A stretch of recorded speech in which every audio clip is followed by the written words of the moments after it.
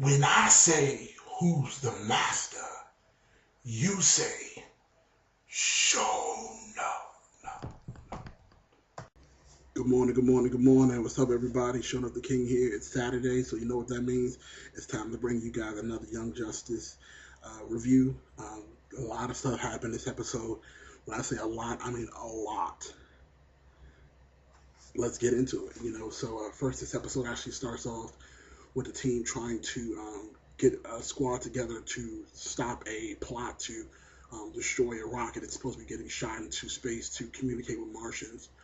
And they actually end up recruiting Artemis back onto the team. And there's actually a little flashback, and they show her and Nightwing on the beach, and he's giving her chest compressions, trying to save her life. And I'm like, what the hell is going on? But then they do that whole thing that they do in movies where they say 10 hours earlier, just try to show you what's going on to get to that point. So that's kind of how it happens.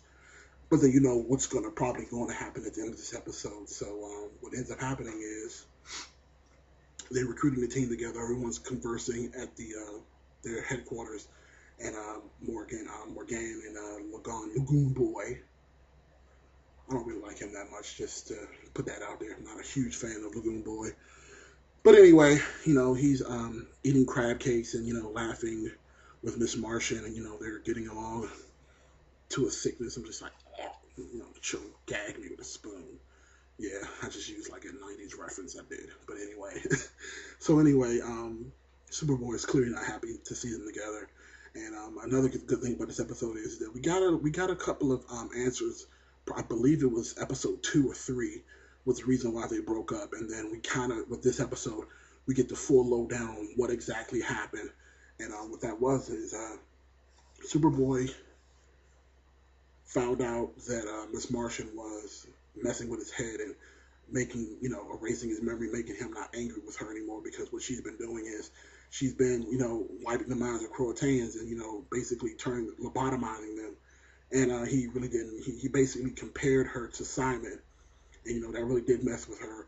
And, basically she's not the person that he fell in love with anymore. So she broke up with him and got with Lagoon Boy. So, I mean, again, this is more for the shipping girls. You got to put that obligatory relationship in the situation to try to keep things interesting. I actually thought it was, again, I guess I kind of have a different view on that. These guys are evil. I understand you still have to keep some sort of moral fiber, even if you're a superhero. But I kind of come from a school. If you're trying to kill me, I'm going to take you out. I'm not gonna save you. I'm not gonna try to turn the other cheek. Especially if you're trying to kill me and you're trying to kill mass amounts of people, you got to do what you got to do. Again, I'm not going to sit there and say I'm going to kill killing spree, but you got to wipe a couple of minds to do for the greater good. Wipe a couple of minds.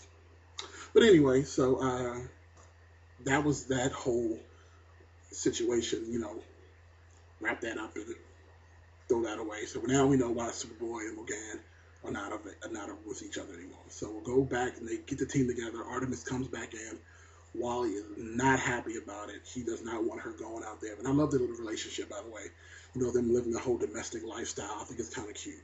So she's looking for excitement, and they head out to Florida to try to stop this thing from getting sabotaged.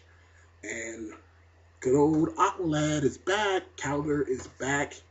Did I mention how much I love Calder? That dude is a boss. I'm serious. Like, this dude, just walking in, he's just like, there's this scene like closer to the end where he comes out of the shore and he's getting ready to fight Nightwing and Artemis, and he just, like, the way he comes out the water, he was just like, oh, I'm about to fuck somebody up.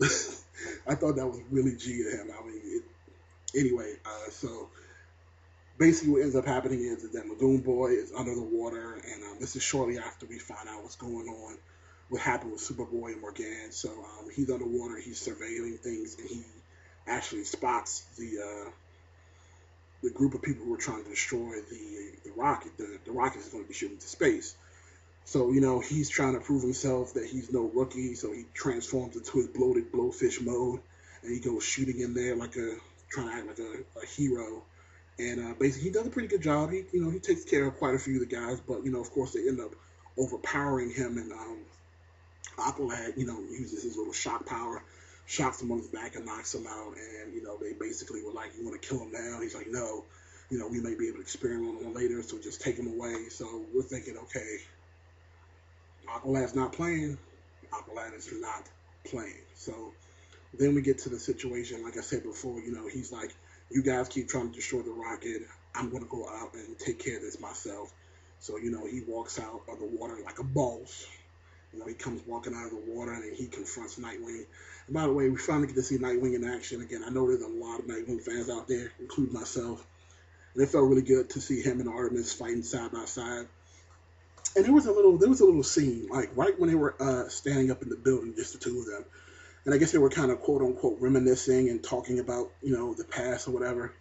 And I kind of got this weird little feeling that Nightwing and Artemis kind of had a thing for each other. There was some sort of small fling. I mean, if just their chemistry at that point was just a little bit, weird. Like it was just more than just friends talking. I don't know, maybe I'm like coming right out of left field. I don't know. I guess you guys can let me know what you think about that. But I just thought that was a little bit weird. I don't think they'll probably flesh that out anymore. But, I just thought that was kind of weird. But anyway, so the battle was ensuing.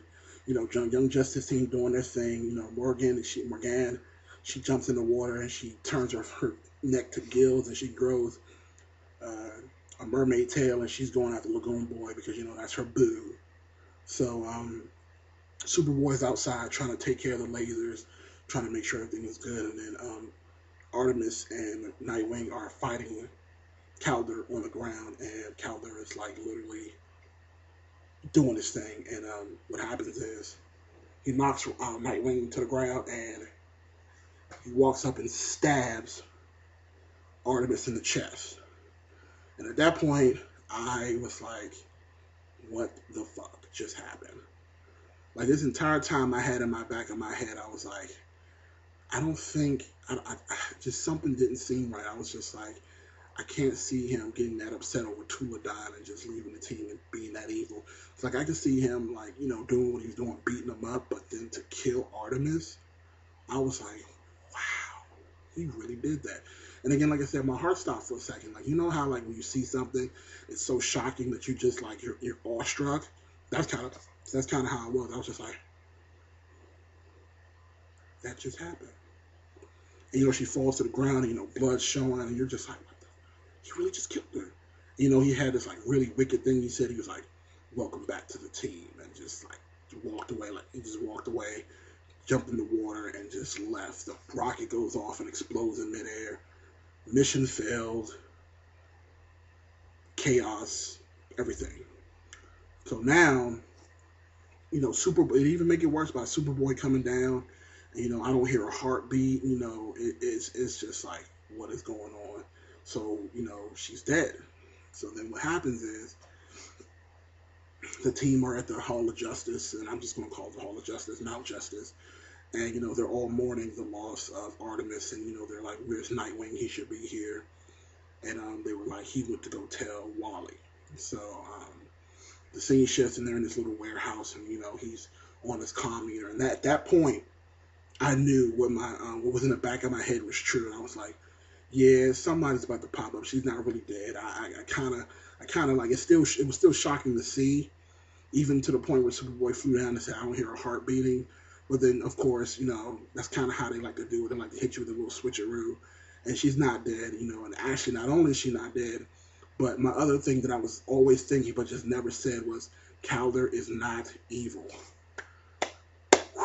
Kaldur is not evil. So that was awesome as well. I was very excited to see him come out from the side, and it is confirmed that he is undercover. He's deep undercover. Like, I'm talking like New York undercover. Only people over the age of 25 will know what New York undercover is, so I'm just going to leave that at that. But anyway,